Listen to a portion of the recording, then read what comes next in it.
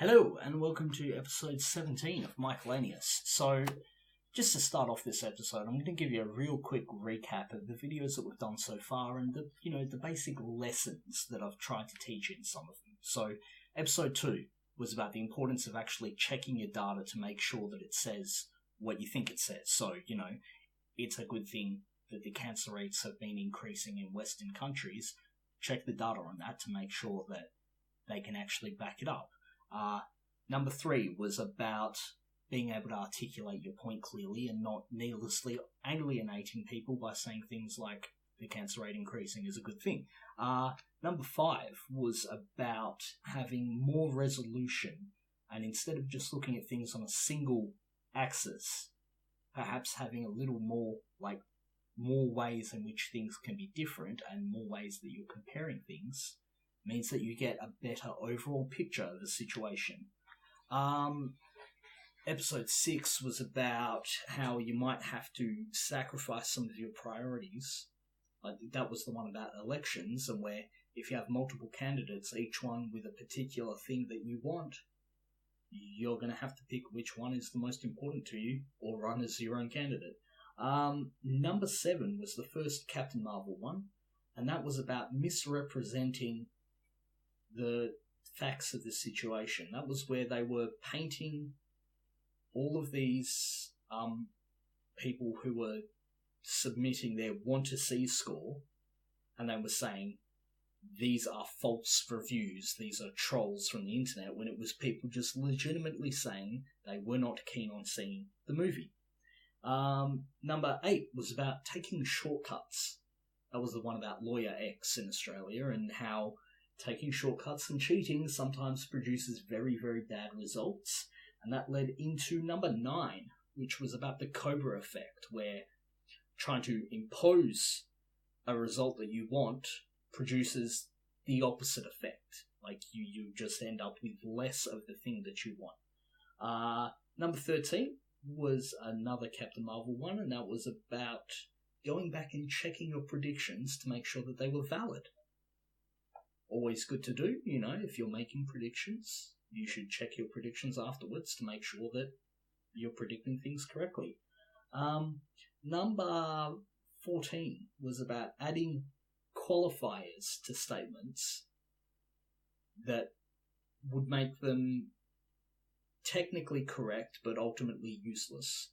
So, that was about having, the first black female disabled dentist in America. Who cares?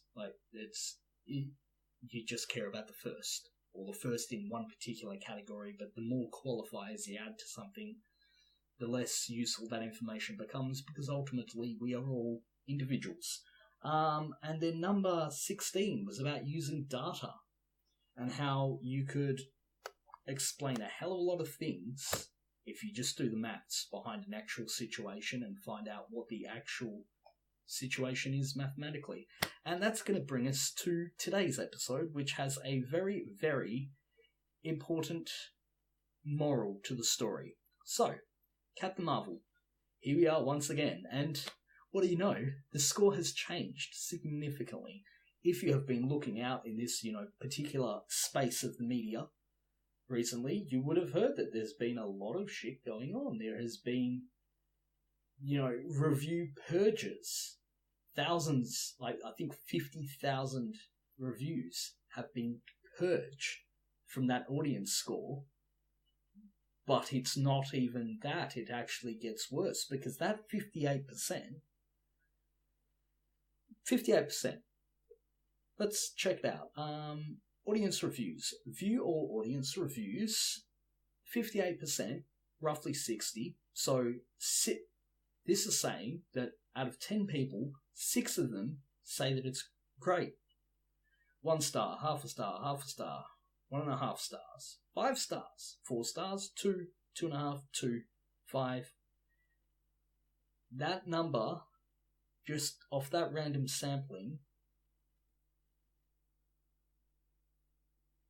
even if you read through some of the reviews don't look like poorly written and directed plot hold garbage. Plot hold Maybe if they know it's a plot hole, they might have watched it. But great visual effects story. I mean, have you watched it? Thoroughly enjoyed it. Ignore the trolls, they aren't real Marvel fans. Has that person watched it? I'm not sure. Boring as hell, waiting for Endgame. That sounds like someone who hasn't watched it. Why is that a review? Well, probably because they can't use the want to see feature anymore because someone decided to remove it. Funny that. Did I predict that happening? Yeah. Yeah. So anyway. Want to see.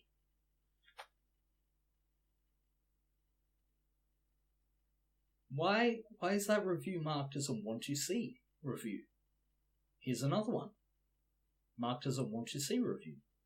Do you want to see something really interesting? We're on page 2 now, right? So if I go up to this address here, let's go up to the top. 43 pages. There's 43 pages of reviews here. Page 2. Let's change that to page 40. Want to see. Want to see. Want to see. Want to see. Want to see. Want to see. Want to see. Want to see. Excited to see. Super excited for this.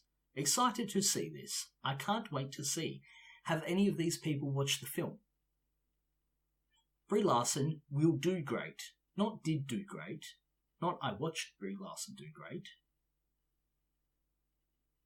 Yeah. Can't wait for this movie. You haven't watched it. We need this movie. Yeah, it's going to be great. Looks like it'll be brilliant. These people have not watched it. Go back to that first video where they were going on about how it was important to have the want to see and the actual user reviews separate. And the people at Rotten Tomatoes specifically stated that the reason they were removing the want to see feature is because they didn't want people conflating the want to see score and the actual user review score with being the same thing. Here I am on page 39. You know what? Let's skip further back. Let's go to page 34. Want to see, want to see, want to see. Oh, here's some not interested, but still want to see's on page 34. Let's go to page 30. Let's see how many of these. Oh, here we are. Actual reviews. Actual reviews. Page 31. That's where the want to see scores all begin. There's what? 12 pages of want to see scores. What's going on here? I thought that was why they removed that function, is because they didn't want these in the actual score. 58% liked it. Well, a quarter of the reviews there seem to be want to see scores that are overwhelmingly positive. I thought that the want to see function was removed because people were giving it overwhelmingly negative want to see scores. How come they're all positive? Someone, and this is the moral of today's story, someone has been fucking with the data.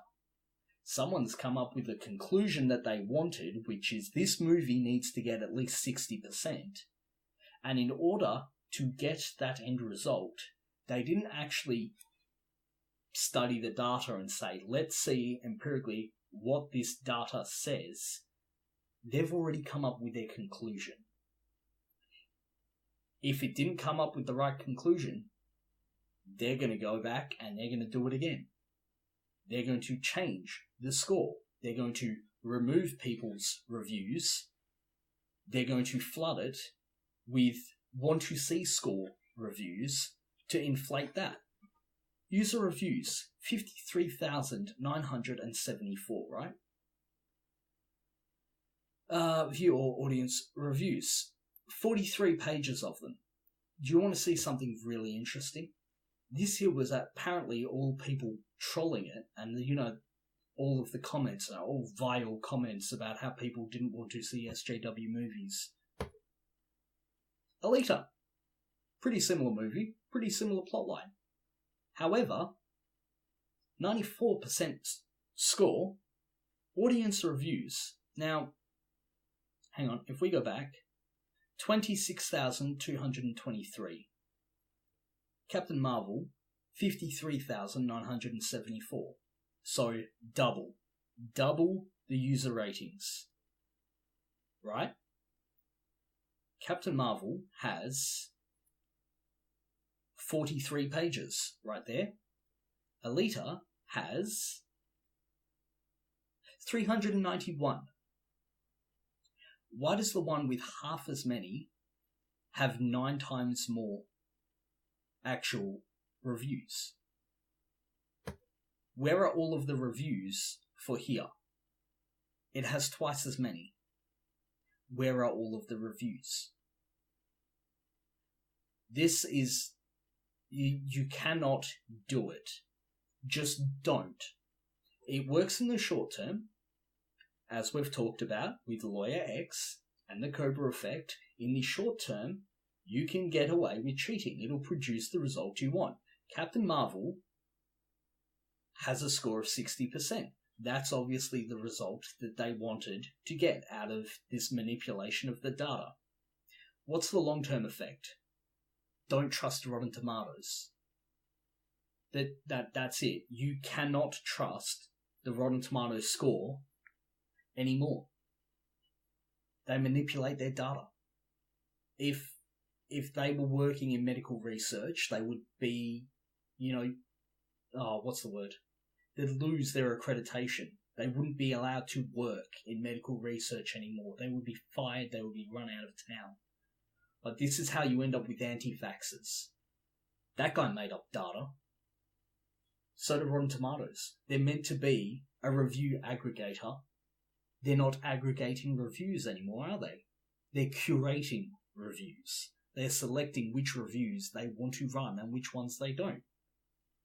Effectively, they've just destroyed their business. It's going to work now.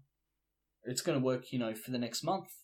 They've got the result that they wanted, but they've just gone and sacrificed all of their credibility. So, from now on, Rotten Tomatoes is dead. Use like Metacritic or something. Let's check that out. Metacritic. Movie review. Let's see. What does this one have? Are Metacritic as susceptible to having... It's a bit of a letdown. 54, based on 54 critics. Where does it have user scores? User score, 3.4. That sounds shockingly close to what it was at the other day. Weird that, right? Isn't it weird when you get all of these stories coming out about Captain Marvel, and when we were looking at it a couple of days ago, those user scores were at 3.4. Or were we... You know what, I was watching videos the other day, and there are screenshots of it at 3.4, or, low 30s. Here we are on Metacritic, 3.4. You go across to Rotten Tomatoes. Oh, yeah, here we are. Captain Marvel. Rotten Tomatoes purges over 50,000 reviews after review bombing. And then what did they do? They went and reverse review bombed it. Just completely ruining your credibility. Rotten Tomatoes, Captain Marvel. 58. 80% on the tomato meter. 58 score. Lower critic score. Much lower user score. Don't trust Rotten Tomatoes. Trust Metacritic for now. Until Metacritic fuck up like Rotten Tomatoes have, and then you can cut them off and use the next competitor that arises as well. Anyway, that's the moral of the story. Be picky about where you get your data from. And do not ever try to distort the data that you're comparing, because what's the end result? Your study is useless if you're meddling with the data. You haven't discovered anything. All you've discovered is that you know how to mess around with data. Anyway, this has been a bit ranty, but I hope it's enlightening for you and perhaps teaches you a lesson. So, this has been fun. Please like, comment, subscribe, and I'll see you in the next video.